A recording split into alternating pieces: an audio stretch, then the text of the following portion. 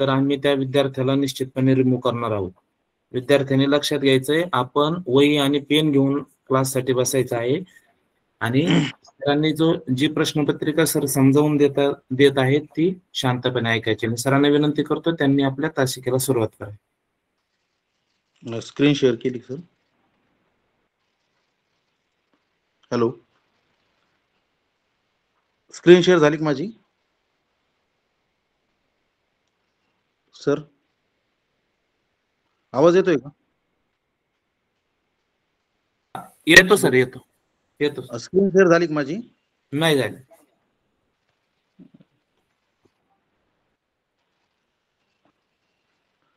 झाली का? हो हो हो झाली. ओके. सर्वांना प्रथम नमस्कार. आपण आता जवळजवळ सगळा अभ्यासक्रम संपवून आता आपण सरावाच्या पाठीमागे लागलेलो आहोत. या ठिकाणी आपण सराव प्रश्नपत्रिका घेत असताना आता आपण आज 2017ची जी स्कॉलरशिपच्या मेन परीक्षेला आलेली प्रश्नपत्रिका आहे त्यातील आपण बुद्धिमत्ता हा घटक आपण घेणार आहोत. तर त्या 2017चा हा ए संच आहे. त्याच्यामध्ये आपल्याला 4 संच असतात. त्यापैकी आपला जो संच आहे माझ्याकडे जो आपण घेणार आहोत आज तो ए संच आहे. या ठिकाणी आपल्याला आपल्या समोर स्क्रीन समोर आपल्याला काय झालेलं आहे, या ठिकाणी प्रश्न आलेला आहे तो आहे या ठिकाणी 26वा नंबर आहे. 26 पासून तर आपल्याला 75 पर्यंत आपल्याला बुद्धिमत्तेची सगळे आपल्याला प्रश्न सोडवायचे आहेत. तर याच्यामध्ये आपल्याला पहिलाच 26वा प्रश्न आलेला आहे. दे, न, व, स, ह, श ही अक्षरे जुळवून अर्थपूर्ण शब्द तयार करा व तयार झालेल्या अर्थपूर्ण शब्दातील दुसऱ्या व 5व्या अक्षरापासून तयार होणाऱ्या शब्दाचा खालीलपैकी समानार्थी शब्द कोणता लिहा. आता या ठिकाणी आपल्याला प्रश्न वाचून झालेला आहे. आता आपल्याला याच्यापासून शब्द तयार करायचा आहे. मग आता या ठिकाणी शब्द तयार करत असताना पहा बरं, आपल्याला शब्द तयार करता येतो का? कोणता शब्द तयार होईल यापासून? सन या ठिकाणी आपण जर पाहिलं दे, न, देव दिसतंय. अजून काय करता येईल? देव, हश नाही. मग संदेश, हा संदेश शब्द तयार झाला. दे आणि श राहिला कोणता? न व ह. न व ह पासून वहन होईल. मग याच्यापासून जर आपण शब्द तयार करायला गेलो तर हा पहा, हा शब्द तयार झालाय. श व ह न. आता पहा आपला जो शब्द आहे हा शब्द एक अर्थपूर्ण शब्द तयार झालेला आहे. मी यातला कितवा शब्द घ्यायला लावलाय? दुसरा. अर्थपूर्ण शब्दातील दुसरा शब्द आहे दे आणि 5वा शब्द 1 2 3 4 5 5वा शब्द आहे ह. देह हा शब्द तयार झाला आणि देह या शब्दाचा समानार्थी शब्द आहे काय? देह या शब्दाचा समानार्थी शब्द आहे काया. नवीन होऊ शकत नाही, राष्ट्र होऊ शकत नाही, ईश्वर होऊ शकत नाही. तर काय शब्द तयार झालाय? काया हा शब्द तयार होतो. मग या ठिकाणी या प्रश्नाचं उत्तर आपलं जे झालेलं आहे ते आहे काया. त्यानंतर आपण आता त्याच्या पुढचा प्रश्न पाहणार आहोत. त्याच्या पुढचा प्रश्न आहे आपल्या समोर दिलेला मित्रप्रेम, कर्तृत्व, ईश्वरनिष्ठा, ध्रुव, राष्ट्रभक्ती, हृदय शस्त्रक्रिया या शब्दांमध्ये एकूण किती जोडाक्षरे आलेली आहेत? मग आता या ठिकाणी असा जर प्रश्न असेल आपल्या समोर तर या ठिकाणी आपण शिकलेलो आहोत की कोणाला जोडाक्षर म्हणायची आणि कोणाला जोडाक्षर म्हणायची नाहीत. तर म्हणायची नाहीत एवढे पाठ करून ठेवायचे, मग म्हणायची गरजच नाही राहत. तर तुम्हाला जर त्या ठिकाणी शिकवलेलं असेल त्या टायमाला की आपल्याला शिकवलेलं आहे रू हे जे अक्षर असतं, रू हा काय आहे? स्वर आहे. रू हा काय आहे? स्वर आहे. असा हा जो रू आहे हा स्वर आहे. मग तो जोडतात कशा प्रकारे? तर तो अक्षराला जोडत असताना मात्र अक्षराच्या उभ्या रेषेच्या खाली किंवा अक्षराच्या खाली त्याला जोडतात. अशा प्रकारे त्याला जोडतात. मग हे जे अक्षर आहे हे आपल्याला माहिती आहे की हे जोडाक्षर नाही आहे. मग हे जर जोडाक्षर नाही तर बाकीची आपल्याला जी अक्षर आहेत ती आपल्याला आता या ठिकाणी मोजायची आहेत. आता मित्रप्रेम मध्ये आपण पाहूया मित्र त्र पा इथं त्र लगेच आपल्याला समजतंय त आणि र. इथं पा पहिलं त आणि त्याला काय जोडलाय र, त ला र जोडलाय म्हणजे त्र आणि अ म्हणजे हा एक जोडाक्षर भेटला आपल्याला. त्यानंतर प्र लगेच त्याच्या पुढचं प्र हे सुद्धा एक जोडाक्षर आहे, कारण प ला पण काय जोडलाय लगेच त्याच प्रकारे र जोडलेला आहे. म्हणजे प्र प र आणि अ म्हणजे हा एक आपल्याला जोडाक्षर भेटलाय. आता इथं पहा कर्तृत्व. आता इथं मात्र लक्षात द्या आपल्याला कन्फ्यूज होऊ शकतं आपण, कारण या ठिकाणी आपण शिकलेलो आहोत काय की या ठिकाणी आपण पाहिलंय हा जर असा जर रफार आला खालचा सॉरी रूचा जर आला हे तर त्या ठिकाणी ते काय असतं जोडाक्षर नसतं, कारण तो रू हा काय आहे स्वर आहे. तला फक्त रू जोडलेला असता तर तो जोडाक्षर नसतं ते, परंतु या ठिकाणी तच्या वरती काय आलेलं आहे रफार आलेला आहे म्हणून हे एक जोडाक्षर आहे. त्याच्यानंतर त्व हे सुद्धा एक जोडाक्षर आहे. इथं जर हा रफार आहे पहा, हा रफार जर नसता आला तर या ठिकाणी हे जोडाक्षर नसतं त्रू. तर आणि इथं जोडाक्षर आल्यामुळं काय आपलं इथं वरती रफार आल्यामुळे हे जोडाक्षरामध्ये धरलेलं आपण. मग आता आपले 1 2 3 4 जोडाक्षर झालेले आहेत. आता याच्या पुढचं बघूया ईश्वरनिष्ठ पहा. आता ई जरी वरती रफार आलेला असला तरी तो स्वराचाच मूळचा भाग आहे. मग या ठिकाणी हे जोडाक्षर होऊ शकत नाही, ई हे जोडाक्षर होऊ शकत नाही. मात्र श आणि व हे सरळ सरळ आहे, श त्याला व जोडलेला आहे म्हणजे एक जोडाक्षर झालं. ष्ट श ला ठ जोडलेला आहे म्हणजे हे एक जोडाक्षर आहे. मग आपल्याला या ठिकाणी हे एक जोडाक्षर भेटलेलं आहे. त्याच्यानंतर ध्रुव. आता पहा इथं आपल्याला कन्फ्यूज करण्यासाठी आपल्याला माहिती आहे आपल्याला असं जर जोडलेलं असेल तर त्या ठिकाणी काय करायचंय त्या ठिकाणी आपल्याला तो काय झाला असता ध्रुव हे जोडाक्षर झालं नसतं, परंतु या ठिकाणी हा धला र हा पोटात जोडलेला आहे म्हणजे त्या ठिकाणी जो आपण पहिल्यांदा प्र पाहिला होता प्र ऍज इट इज ध्रय आणि त्याला उ जोडलाय म्हणून हे ध्रुव सुद्धा एक जोडाक्षर आहे. आपण या ठिकाणी कन्फ्यूज झालो असतो ध्रुव, परंतु ध्रुव या ठिकाणी हे एक जोडाक्षर आहे. त्याच्यानंतर आपण पुढचं पाहूया राष्ट्रभक्ती आहे. स्ट्र स्ट्र म्हणजे रच जोडाक्षराचा प्रकार आहे स्ट्र. त्याच्यानंतर ती कला त जोडलाय त्याला वेलांटी जोडली म्हणजे हे एक जोडाक्षर झालं. त्याच्यानंतर त्याच्या पुढचं आपण एक जोडाक्षर पाहूया. आता रू आले रू. तर आपण जो शिकलोत नियमात काय शिकलेलो आहे की ज्या अक्षराला अशा प्रकारचं अक्षर जोडलेलं आपलं हे जोडलेलं असं रू जोडलेलं असं तर हल रू जोडलेला आहे मग हे जोडाक्षर होऊ शकत नाही. म्हणजे हृदय हे कधीही जोडाक्षर होणार नाही. हृदय. त्याच्यानंतर जर खाली रफा क्रू जर आपण कृपा पाहिलं तर त्यातला क्रूप जर पाहिला तर तो ते जोडाक्षर होणार नाही. हृदय हे कधीही जोडाक्षर असत नाही हृदय मधलं ह. त्याच्यानंतर शस्त्र स्त्र हे एक जोडाक्षर आहे. क ला र जोडलेला आहे या ठिकाणी हे एक जोडाक्षर आहे. त्याच्यानंतर आपण आता अजून पाहूया या शब्दांमध्ये. आता एवढे झाले शब्द आपले. मग याच्यामध्ये पहिल्या अक्षरामध्ये आपल्याला 2 भेटले. दुसऱ्या शब्दामध्ये आपल्याला 2 भेटले. 2 आणि 2 4. याच्यामध्ये पण आपल्याला 2 भेटले 6. त्याच्यानंतर ध्रुवमध्ये 1 भेटलं 7. त्याच्यानंतर राष्ट्रभक्तीमध्ये 2 भेटले. 7 आणि 2 9. 9 आणि 2 11. हे आपल्याला या ठिकाणी 11 आपल्याला जोडाक्षर भेटलेले आहेत. 11 जे जोडाक्षर आहेत 11 हा पर्याय 1 नंबरला आहे म्हणजे या ठिकाणी आपलं उत्तर झालेलं आहे 1 नंबरचा पर्याय. त्याच्यानंतर आपण आता पुढचं गणित पुढचं हे पाहणार आहोत. पुढचा प्रश्न आहे थोडासा विचार करून तुम्ही सोडवायचा प्रयत्न करता का सोडवायचा प्रयत्न करा तुम्ही. या ठिकाणी प्रयत्न करत असताना तुम्हाला 3 ची कसोटी माहिती पाहिजे. तीनची कसोटी आता जवळजवळ तुमची पाठ झालेली असेल की कोणत्याही दिलेल्या संख्येच्या सगळ्या अक्षरांची काय आपलं सगळ्या संख्यातील अंकांची बेरीज करायची आपल्याला. म्हणजे दिलेल्या संख्या आहेत. मग पहिली संख्या आहे 900. आता 900 यांची जर आपण अंकाची बेरीज करायला गेलो तर 9 यांची सगळ्या अंकाची बेरीज येणार आहे 9.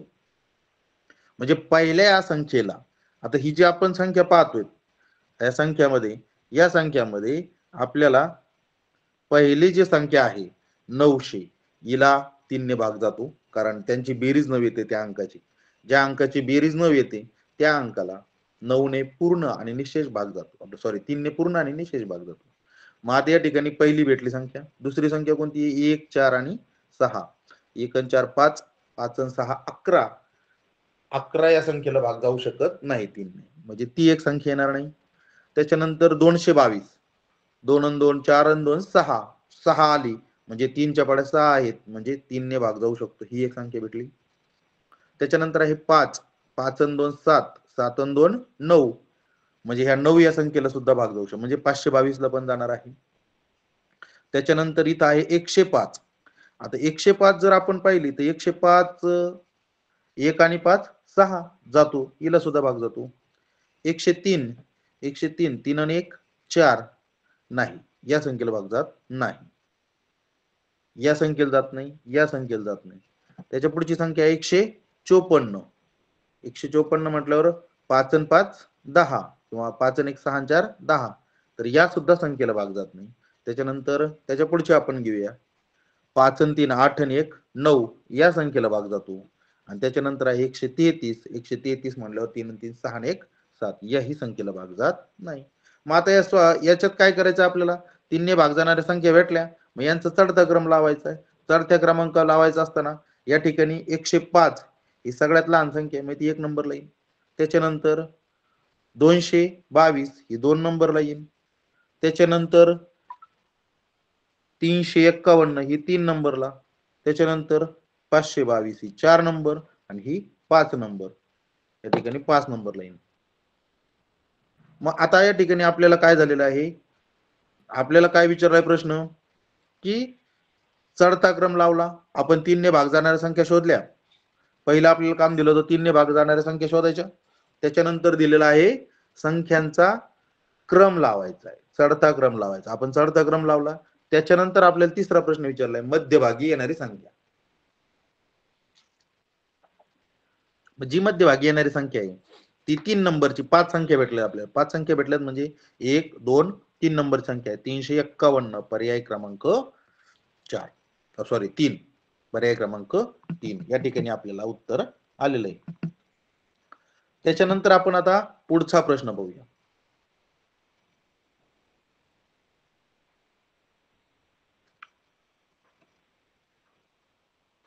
आता या ठिकाणी अक्षरमाला दिलेली आहे.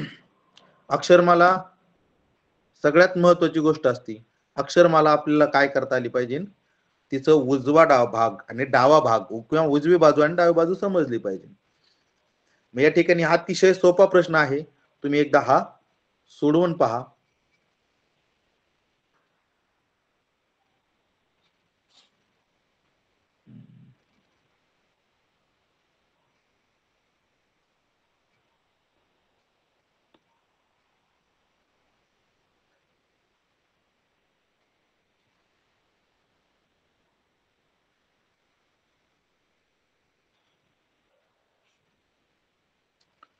पहा बरं, ही जी अक्षरमाला आहे ABCDEFGHIJ KLMNO PQRST VWXY Y पर्यंतच आहेत. म्हणजे आपल्याला या ठिकाणी एकूण 26 अक्षर असतात, त्यापैकी आपल्याला 25 अक्षर आहेत. 5 5 25 या ठिकाणी 5चा गट करून दिलेला आहे. अतिशय सोपं आहे.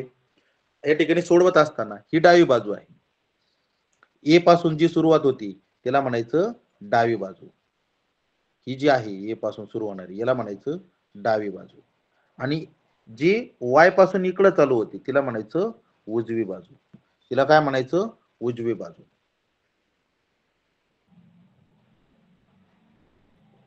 सांगितलंय काय, उजवीकडून 25. मग उजवीकडून 25 म्हटल्यावर उजवीकडून डायरेक्ट 25 आपलं अक्षर ए भेटणार आहे आपल्याला. उजवीकडून पहिलं अक्षर काय भेटणार आहे आपल्याला, ए, 25 अक्षर सॉरी. त्याच्यानंतर उजवीकडूनच आपल्याला 12 अक्षर सांगितले. 5 आणि 5 10, 10 आणि 2 12, म्हणजे आपल्याला यन हे अक्षर भेटणार. यन. त्याच्यानंतर उजवीकडूनच 22 अक्षर, 22 म्हटल्यावर काय, 5 चोक 20, 21 आणि 22 डी हे अक्षर झालं. आणि त्याच्यानंतर आहे 18 अक्षर. उजवीकडून 18 अक्षर आहे 5 10 15 16 17 18. 18 म्हटल्यावर हा यच येतो. म्हणजे यच हे झालं आपलं चौथं अक्षर. मग आता याच्यापासून अर्थपूर्ण शब्द तयार करायचा. आता याच्यापासून अर्थपूर्ण शब्द काय होईल, अँड, पण यच राहतोय म्हणजे अँड येणार नाही. मग हा जर यच इकडे घेतला, एच ए एन डी, अरे वा भारी झाला शब्द, एच एन डी हँड, म्हणजे हा जो हँड शब्द आहे. मग काय सांगितलंय, अर्थपूर्ण शब्द तयार झाला, बरोबर आहे, हँड म्हणजे हात. शब्द तयार केला, त्याच्यानंतर त्यातील पहिलं अक्षर आपल्याला पाहिजे. मग त्यातलं जे पहिलं अक्षर आहे, त्यातलं पहिलं अक्षर आहे यच. यच हे आपला पर्याय क्रमांक त्या ठिकाणी 4 हे झालं आपलं उत्तर. अशा प्रकारे आपल्याला एक एक त्या ठिकाणी काय करायचंय, एक एक सूचना लक्षात घेऊन, एक एक प्रश्न लक्षात घेऊन आपल्याला उत्तर सोडवायचे असतात. उत्तर सोडवत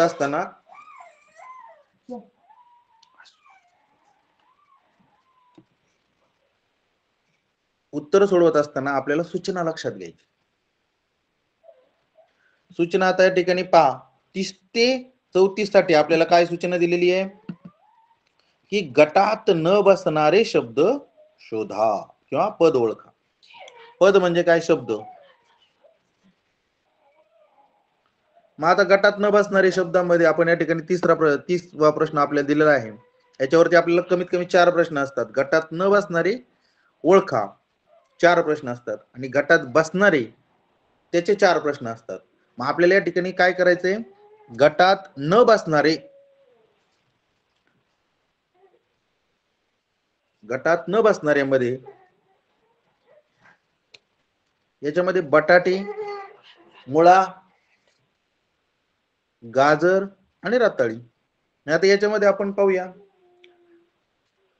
चारही जी दिलेले आहेत ते सगळे जमिनीखाली उगवणारे आहेत. बटाटे जमिनीखाली उगवतो, मुळा जमिनीखाली उगवतो, गाजरही जमिनीखाली उगवतं आणि रताळी सुद्धा. परंतु या ठिकाणी आपल्याला आणखीन एक थोडासा सूक्ष्म जर विचार केला तर मुळा हे मूळ आहे, मूळ आहे, रताळे मूळ आहे, गाजर हे मूळ आहे, परंतु बटाटे हे काय आहे, खोड आहे. मग या ठिकाणी गटात न बसणारा शब्द कोणता आहे, मग आपला 1 नंबरचा जो बटाटे हा काय आहे, गटात न बसणारा शब्द आहे, कारण तो खोड आहे. याच्यानंतर आपण आता पुढचा प्रश्न बघूया. मग आता याच्या पुढच्या प्रश्नामध्ये काय आहे की आता आपल्याला या ठिकाणी संख्यांचा विचार करायचा. या ठिकाणी संख्या थोडासा विचार करा तुम्ही. या ठिकाणी आपल्याला संख्या दिलेल्या आहेत, एक संख्या आणि मधले कंसात दिलेली संख्या, 2 संख्या कंसाच्या बाहेर आहेत आणि 2 म्हणजे एक संख्या कंसामध्ये. मग बहुतेक आपण काय करूया, यांचा आपण सहसंबंध जोडून पाहूया. पहिल्यांदा ही संख्या घेऊया, 3 आणि 4 हे जर कंसाबाहेर आहेत आणि 91 ही मधी संख्या आहे, यांचा काय संबंध येऊ शकतो बरं.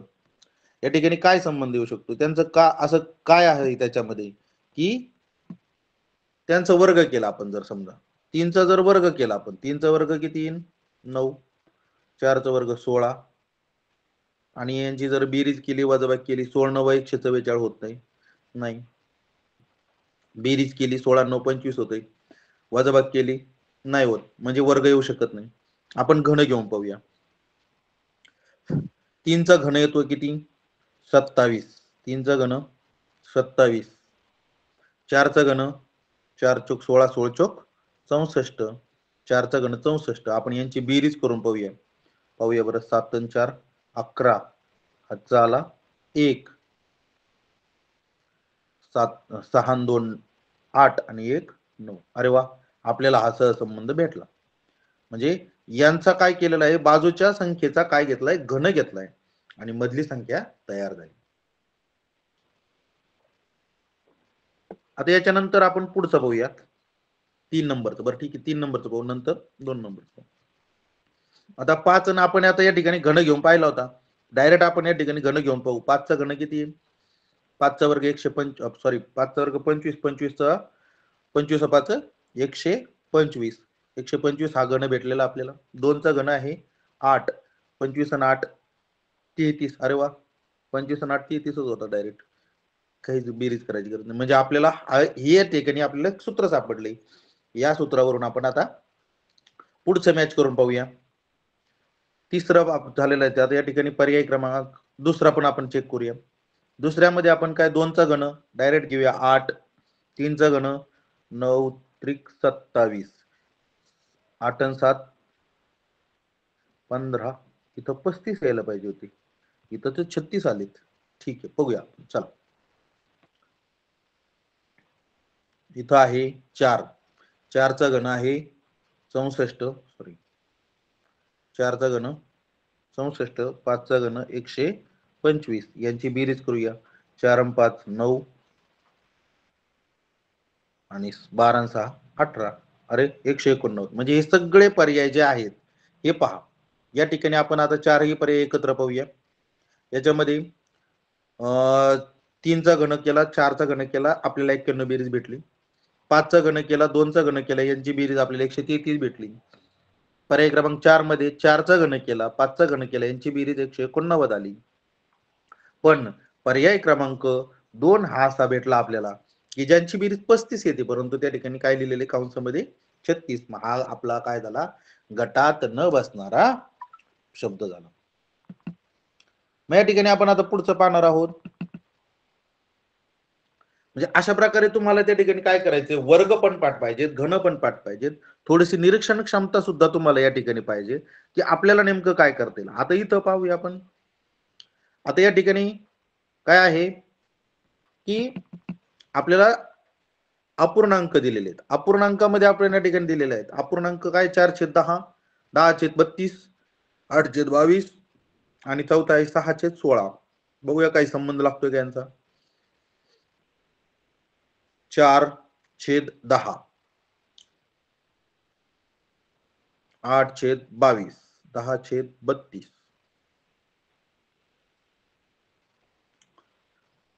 माझ्या दृष्टीने तर या ठिकाणी एक संबंध येतोय पहा की काय, 4 ला जर समजा आपण थोडस आता मोठे करू दे. 4 ला जर समजा आपण त्या ठिकाणी 3 ने गुणलं, 4 त्रिक 12 होती,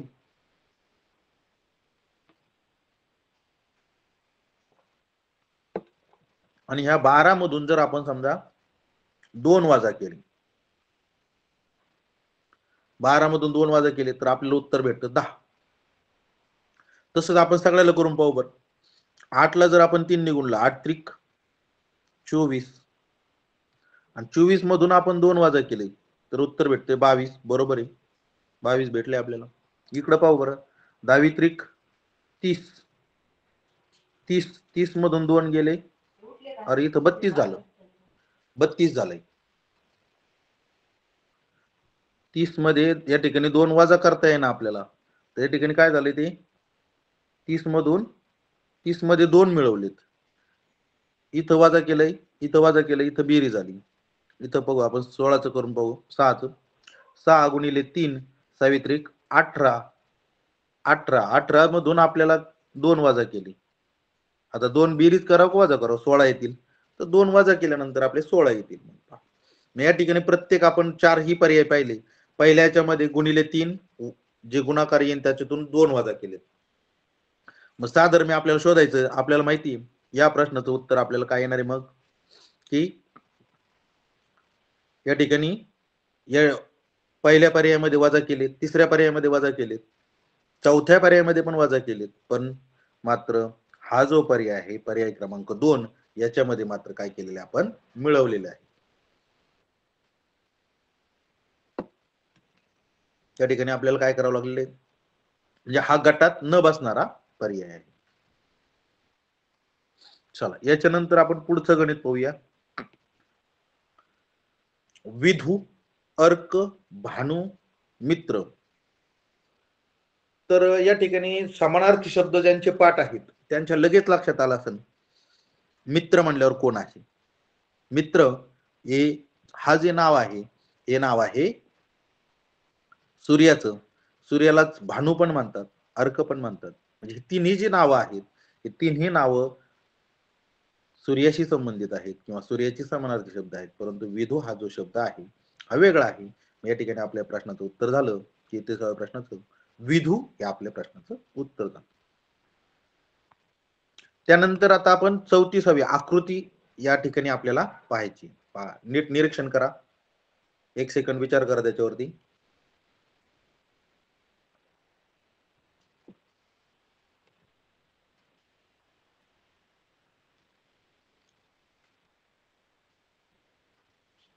मग ही जी आकृती आहे या आकृतीमध्ये पहा नीट निरीक्षण करायचं असतं. आता आपण थोडस घड्याळाच्या दिशेने विचार करूया. हे जे स्वास्तिक आहे एक नंबरला, चारही आकृत्यांमध्ये आपण काय करू, स्वास्तिक पाहूया अगोदर. म्हणजे आपल्याला आकृतींची रचना पाहून घेऊ. म्हणजे ते स्वास्तिक आहे, स्वास्तिकच्या नंतर घड्याळाच्या दिशेने काय कोणतं चिन्ह आलंय, स्टार आलंय का. आपण असंच पुढे पुढे जाऊया, घड्याळाच्या दिशेने आपण सगळ्या गोष्टी पाहत जाऊया म्हणजे आपल्या लक्षात येईल. कारण आकृती निरीक्षण करत असताना आकृती निरीक्षणाचे घड्याळाच्या काट्याच्या घड्याळाच्या दिशेने, विरुद्ध दिशेने किंवा त्या ठिकाणी चित्र जे आहेत ते चित्र आपल्याला व्यवस्थित पाहायचे असतात. त्या ठिकाणी घड्याळ आपलं स्वास्तिक नंतर आपल्याला काय भेटले ह्या आकृतीमध्ये स्टार भेटते. स्वास्तिकचा घड्याळाच्या दिशेने स्टार भेटलंय. बघूया पुढच्या आकृतीमध्ये घड्याळाच्या दिशेनेच काय भेटलंय, परत स्टार भेटलेला आहे या ठिकाणी. परत स्वास्तिक नंतर या आकृतीत सुद्धा काय भेटलंय, स्टार भेटले. घड्याळाच्या दिशेने या आकृतीत मात्र काय भेटला आपल्याला, त्रिकोण भेटलाय.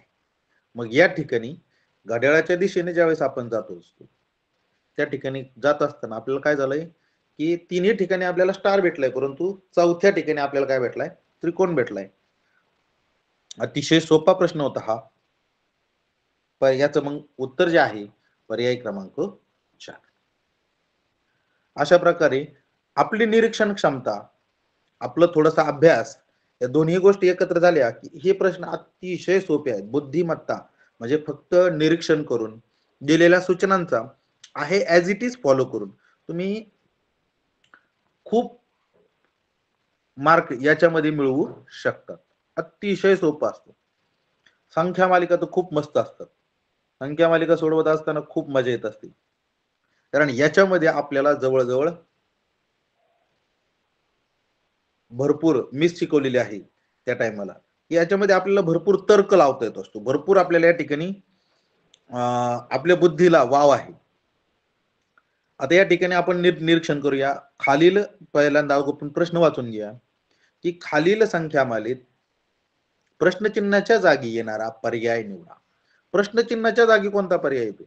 आता या ठिकाणी प्रश्नचिन्ह आपल्याला या ठिकाणी भेटलेलं आहे, त्या ठिकाणी आपल्याला काय करायचंय, कोणता अंक येणार आहे.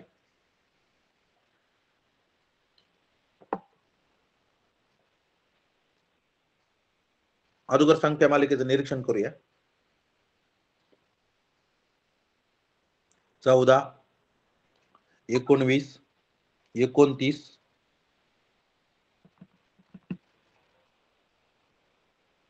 40,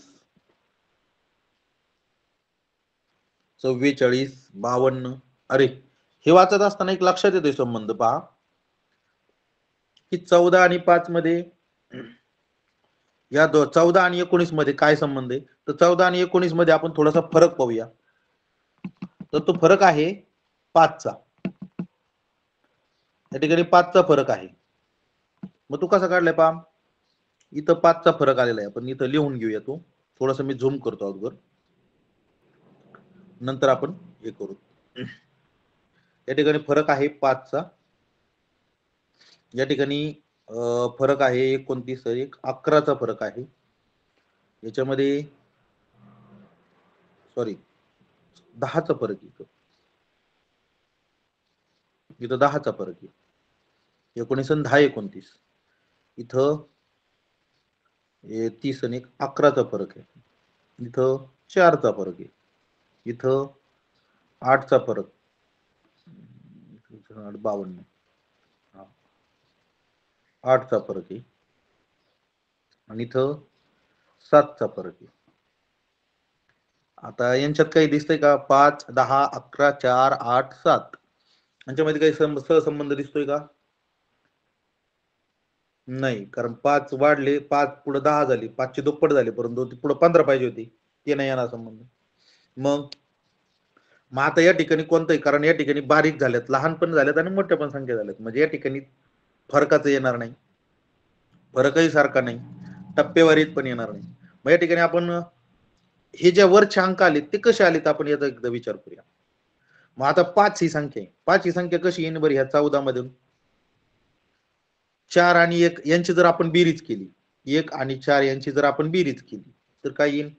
5. अरे वा, छान. 10 सुद्धा पहा, 1 आणि 9 यांची बेरीज केली तर 10 येतात. अरे वा, भारी भेट. पुढचा 2 आणि 9 यांची बेरीज केली 11 भेटतात, भेटला आपल्याला संबंध. 4 आणि 0 यांची बेरीज केली 4 येते, 4 आणि 4 यांची बेरीज केल्यावर 8 येतं, 5 आणि 2 यांची बेरीज केल्यावर 7 येतं.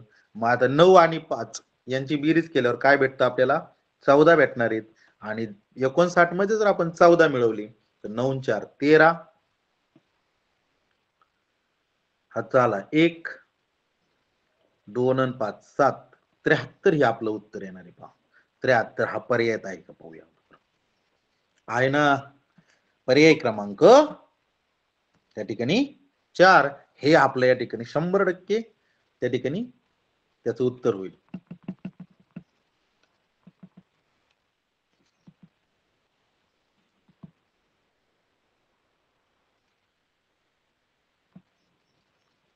बरोबर आहे की नाही?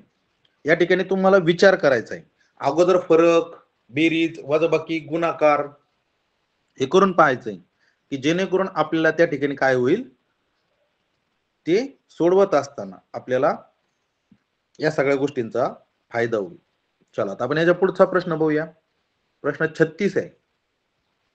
या ठिकाणी पहा, तुम्हाला प्रश्न वाचत असताना थोडीशी काळजी घ्यायची, परंतु या ठिकाणी प्रश्नपत्रिकेमध्ये सुद्धा थोडीशी आणखीन या ठिकाणी हे दिलेले पहा. प्रश्नातच आपल्या लक्षात येईल, पुढील संख्या मालिकेतील चुकीचे पद ओळखा.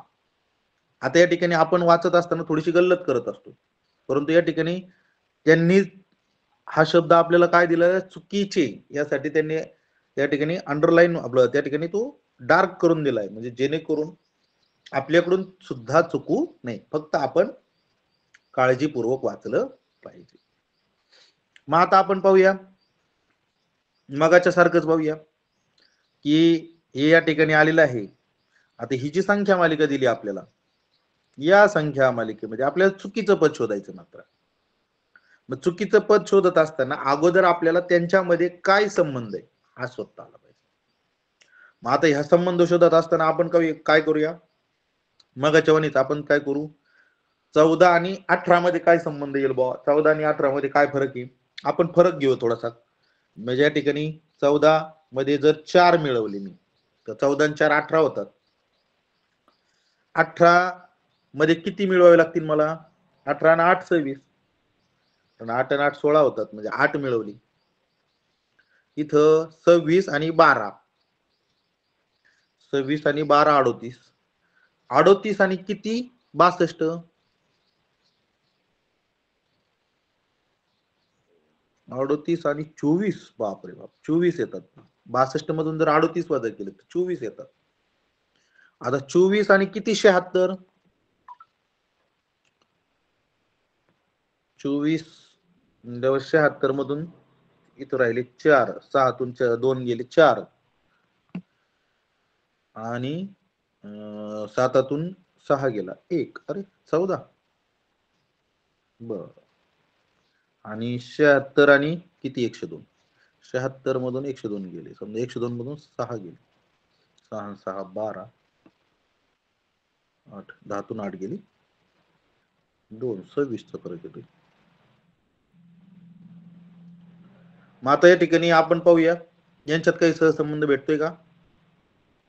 इथं पहा 4चा पाडा दिसतो पहा, 4 1 4, 4 2 8, 4 3 12. पण नाही, 12 नंतर आपल्याला किती पाहिजे होती, 16 पाहिजे नव्हती, पण 24 आली इथं. नाही, तो संबंध आहे. 24 नंतर परत 14 आलीत, म्हणजे इथं लहान मोठ्या संख्या झाल्यात. म्हणजे यांचा अर्थ ह्या संख्या तयार झालेल्या संख्या असतील वरच्या, जसं आपण वरती सोडलं तसं. मग आता इथं 4 कसे तयार होतील आपण बघूया. या ठिकाणी पहिल्यांदा हा जो 4 आहे, हा 4 आपण कसा तयार होईल बघूया. यांची बेरीज केली, 4 आणि 1 5 होईल या दोन अंकाची 14 मधल्या. तर 14 मधल्या या दोन अंकाची बेरीज केली तर 4 होणार नाही, कारण 4 आणि 1 5 होईल. वजाबाकी केली तर 4 आणि 4तून 1 गेला 3 होईल. आपल्याला मात्र 4 झाला पाहिजे. मग 4 कसा येऊ शकतो, बेरजेने येऊ शकत नाही, वजाबाकीने येऊ शकत नाही, मग गुणाकाराने पाहूया. 1 गुणिले 4, 4 1 4. Very good. त्याच्यानंतर दुसरा पाहूया 18, बेरजेने येणार आणि 8 आणि 1 9, 8 पाहिजे ना आपल्याला. म्हणजे इथं सुद्धा गुणाकार येऊ शकतो, कारण 1 गुणिले 8 बरोबर आहे, 8 1 8. इथं 12 आले, इथं 12 आलेत म्हणल्यावर यांचा गुणाकार करूया. 2 गुणिले 6 बेसक 12 बरोबर आहे. इथं 24 आले, 3 8 24 बरोबर आहे. इथं 6 2 6 गुणिले 2 12 पाहिजे होतं, परंतु इथं फरक आलाय किती, 14.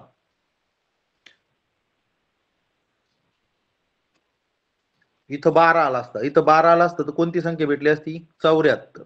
इथं भेटली आपल्याला किती, 76. म्हणजे ही संख्या मला थोडीशी चुकीची वाटते. तरी पण आपण 7 आणि 4 यांचा गुणाकार करून बघूया. 7 चोक 28 बरोबर आहे. 28 मिळवल्यानंतर आपल्याला परत 102 भेटणार आहे. म्हणजे पुढची पण संख्या मालिका आपण पाहिली तर या ठिकाणी आपल्याला बरोबर लक्षात येते की ही जी संख्या आहे 4 8 12 24 14च्या ऐवजी 12 पाहिजे होती आणि 28 पाहिजे होती. तर या ठिकाणी काय झालेलं आहे, हा 76 हा जो आहे, हा 76 हा काय झालेला आहे, जो पर्याय आहे तो चुकीचा आलेला आहे पहा. 76 पर्याय आहे का, हो आहे. किती नंबरला आहे, 3 नंबरला आहे. अशा प्रकारे आपण संख्या मालिका सोडवत असताना बेरीज वजाबाकी गुणाकार, त्या ठिकाणी एखाद्याचा वर्ग करून त्यातून वजाबाकी, अशा प्रकारे आपल्याला त्या ठिकाणी ट्रिक्स वापरायचे असतात. थोडस काळजीपूर्वक लक्ष देऊन, वेळ जातो याला. म्हणून हे अशी जी गणित आहेत, आता मी हे गणित सरावाने आम्हाला ही गणित येतात, या ठिकाणी तुमचा सराव चालूच आहे, परंतु याच्यात अजूनही सरावाची खूप गरज असते. कारण प्रत्येक वेळेस नवीन ट्रिक्स नवीन त्या ठिकाणी अंक येत असतात. मग ही जी गणित सोडवत असताना एक काळजी घ्यायची आता पहा, की परीक्षेमध्ये ही जी गणित दिलेली असतात, कोणती, ही अंकाची गणित जी आहेत, अंक श्रेणी किंवा त्या ठिकाणी हे चुकीचं पद ओळखा किंवा त्याच्यामध्ये जर अंकाची गणित आलेली असते, तर ही गणित सोडवण्यासाठी तुम्ही काय करायचंय, वेळ द्यायचा आहे, परंतु तो शेवटचा वेळ द्यायचा. हे जर गणित सोडवत असताना तुम्ही जर विचार करून जर त्या ठिकाणी सोडवायला गेले तर ह्या गणिताला आत्ताच आपण जर पाहिलं तर माझ्यासारख्याला जर मी जनरली सोडायला लागलो तरी मला 4 मिनिटं लागतात, 3 ते 4 मिनिटं लागतात. म्हणजे आपले जर 3 ते 4 मिनिटं जर 2 ते 3 मिनिटं 4 मिनिटं जर जात असतील तर ते आपल्या परीक्षेच्या दृष्टीने आपल्याला कसं आहे, घातक आहे. आपल्याला ठिकाणी वेळेचा सुद्धा विचार करणं गरजेचं आहे. ही जी वेळ असते, वेळ काय, वेळ सुद्धा खूप महत्वाची आहे. मग ही जी वेळ आहे, ही वेळ जर आपल्याला वाचवायची असेल तर हे गणित सरळ सरळ आपण शेवटच्या मिनिटांमध्ये सोडवायची आहे. जी सोपी सोपी आहेत, की जे अंकश्रेणी नाही याच्यामध्ये, अंकश्रेणीमध्ये तुम्हाला थोडासा वेळ लागणारच आहे, कारण याच्यामध्ये तुम्हाला विचारच करावा लागतो. याच्यामध्ये जवळजवळ 32 पद्धती आहेत या अंकश्रेणीमध्ये. तरी सुद्धा आणखीन एखादी नवीन पद्धत येऊ शकते, त्यात काही सांगता येऊ शकत नाही. मग या ज्या पद्धती आहेत आपल्याला त्याचा खूप सराव करावा लागतो, तेव्हा ते लक्षात येत चालतं. म्हणून हे अशा प्रकारची जी गणित आलेली आहेत, ही गणित शक्यतो आपण शेवटच्या याच्यात ठेवायची. हे गणित आलं का सोडून द्या, काही हरकत नाही. तेवढे 2 गणित सोडवल्याने काही हरकत नसतं. पण मात्र पुढे ज्यावेळेस तुम्ही पुढचा प्रश्न सोडवत असताल, तो प्रश्न सोडवत असताना आणखीन एक काळजी घ्यायची आहे, की अगोदर उत्तर पत्रिकेवर त्या प्रश्नाचा क्रमांक पाहायचा आहे आणि त्याच्या पुढचाच गोल काळा करायचा. काय होतंय आपल्या आपण सोडवण्याच्या नादात कधी कधी आपण लक्षात घेत नाही की हा नंबरचा चाललाय 36 नंबरचा चाललाय, आपण तो सोडून दिलेला आहे आणि 37 नंबरचं उत्तर काढलंय, परंतु आपण 36लाच रंग काळा करून बसतो आणि मग त्या ठिकाणी आपलं सगळं चुकून जातं. तर ह्याही गोष्टी काळजीपूर्वक लक्ष द्यायच्या आहेत. आता या ठिकाणी खूप सोपी आहे काय ते अक्षर समूह आलेला आहे. अक्षर समूहामध्ये आपल्याला शिकवलेलं आहे की या ठिकाणी आपण थोडस निरीक्षण करून पाहायचं अगोदर काय करायचं, काय काय काय आहे काय नाही. A C C A D D, अरे वा, इथं ए सी सी नंतर 2 आलेत, सी सी 2 आलेत, डी डी डी 3 आलेत, वा. मग इथं 4 आलेत, अरे पण 4 आलेत पण इथं पुढचं काय आहे, पुढं किती येतं, पुढं 3 अक्षर द्यायचे. मग इथं 1 2 सॉरी 2 3 4 5 पाहिजे होते, पण इथं एफ पाहूया आपण. एफ किती येतं, 1 2 3 4 5 6 येतं एफ. एफ जर 6 आहेत आणि ई 4 दिलेत, ई 4 दिलेत, असं कसं होईल? याच्यामध्ये आपल्याला काय करावं लागेल? मग आता 2 3 4 नाही आलेले, कारण इथं 3 अक्षर लिहायचे, आपल्याला एक अक्षर लिहायचं असतं जमलं असतं, पण इथं हे किती आलेत आपले, 6 आलेत, 6. हे 6 येतं नाही. मग या ठिकाणी 2 3 4 6 असं होऊ शकत नाही. 2 3 नंतर एक तर 5 पाहिजे होते, मग कारण 2 ही मूळ संख्या आहे, 3 ही मूळ संख्या आहे, 5 ही मूळ संख्या येईल आणि इथं पुढे 7 येईल. इथं 4 आलेले आहेत, 5. मग आपण काय करू, वरचा नियम येणार नाही, मग आपण काय करू 2 3 5 7 घेऊन बघूया येतंय का बरोबर. मग अगोदर काय येईल, 2 3 5 7च्या नियमाने इथं येईल ई,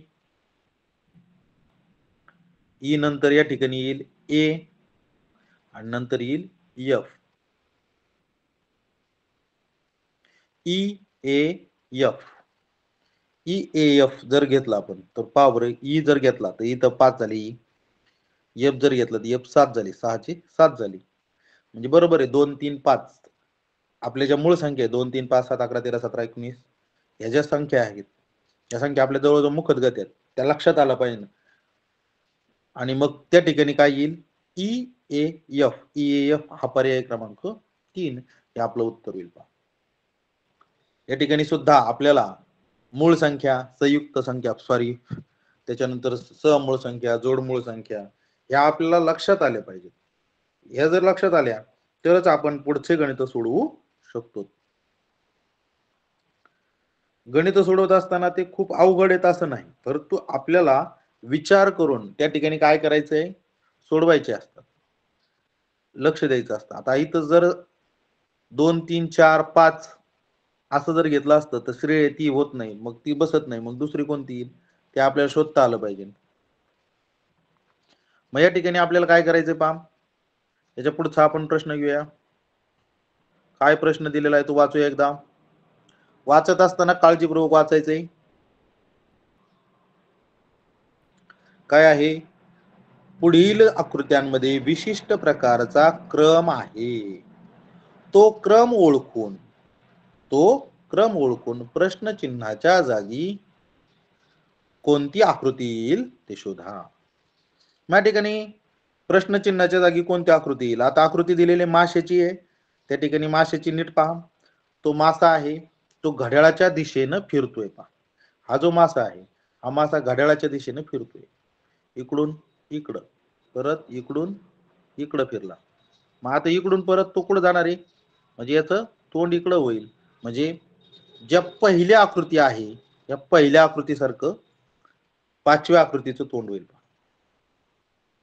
पहा घड्याळाच्या दिशेने पहा, या ठिकाणी घड्याळाची दिशा आपल्याला माहिती, घड्याळ इकडून इकडे फिरतं. मग हे ठिकाणी पहिलं आडवा होता, उभा झाला, उभा होता, परत दुसऱ्या बाजूला आडवा झाला, त्याच्यानंतर परत खाली गेला आणि मग आता परत तो कुठे येणार, इकडे येणार, ह्या साईडला त्याचं तोंड असणार.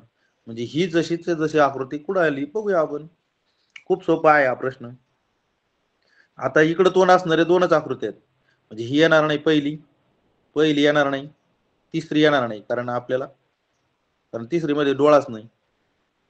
पहिली येणार नाही, याच्यामध्ये डोळा आहे, दुसऱ्या आणि चौथ्यामध्ये डोळा आहे, परंतु काय चुकलेलं आहे याच्यामध्ये? बाण पा. जो आतमधला बाण आहे तो आतमधला बाण शेपटाकडे, याचा आतमधला बाण डोळ्याकडे, म्हणजे ह्यो येणार नाही. मग उरला कोणता? हा. आकृती सोडवत असताना सगळ्यात महत्वाची गोष्ट काय असते की तुम्ही त्या ठिकाणी चुकीचे पर्याय खोडत चालायचे. पहा, या ठिकाणी चुकीचे पर्याय जेव्हा खोडत जातात त्यावेळेस तुम्ही बरोबर पर्यायाकडे जात असतात. आकृतीमध्ये हा एक नियम तुम्ही लक्षात ठेवायचा आहे, तुम्हाला शिकवत असताना सांगितलेला आहे. आता या ठिकाणी आपला 39वा प्रश्न आणि 40वा प्रश्न घेऊन आपण या ठिकाणी आजचं थांबूया.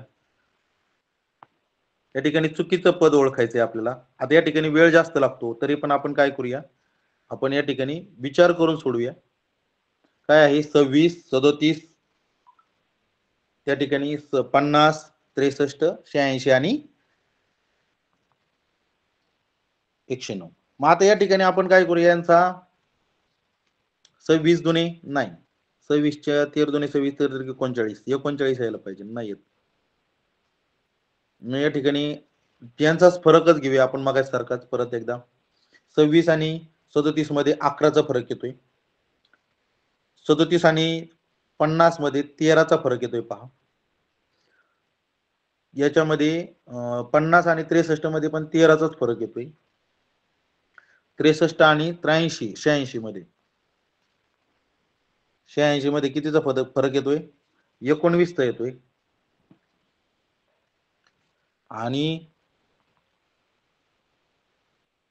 86 आणि 23 चा फरक येतोय, कारण 6 आणि 3 9, म्हणजे 23 चा फरक येतो. मग आता या ठिकाणी आपल्याला काय करायचे पहा, व्यवस्थित बघूया. 11, 13, 19, 23.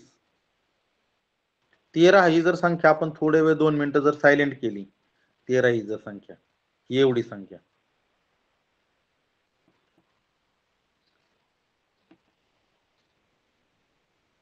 13 ही जर संख्या आपण या ठिकाणी काय केलं,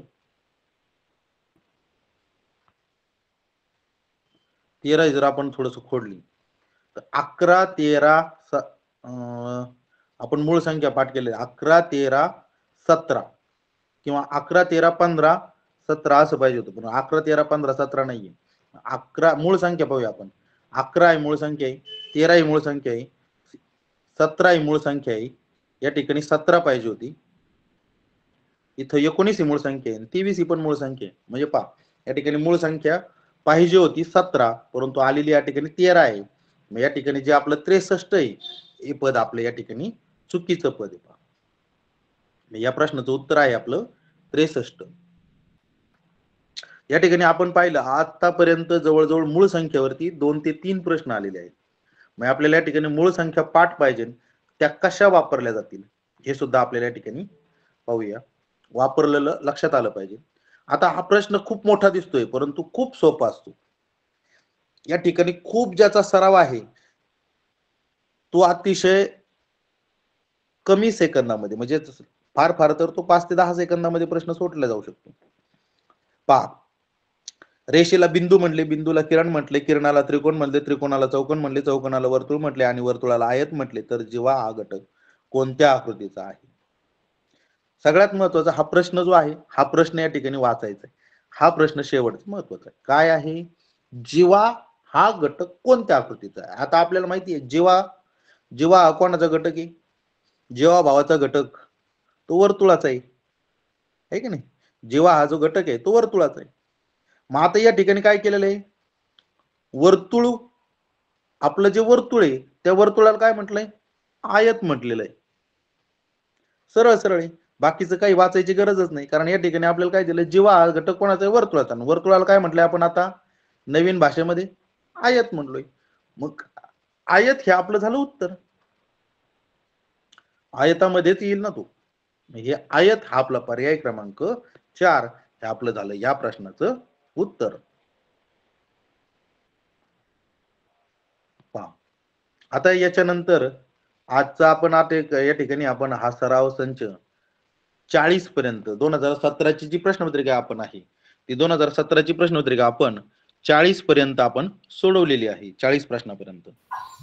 तर उद्याच्याला आपण काय करूया, 40च्या पुढचे 41 ते 75 हे प्रश्न आपण उद्याच्याला घेऊया. धन्यवाद. धन्यवाद सर. अतिशय छान पद्धतीने आपण खूप छान तयारी करून आज ही प्रश्नपत्रिका विद्यार्थ्यांना सोप्या भाषेमध्ये समजावून दिली. अहिल्यानगर जिल्हा परिषद शिक्षण विभागाच्या वतीने आपलं मनापासून आभार. धन्यवाद सर.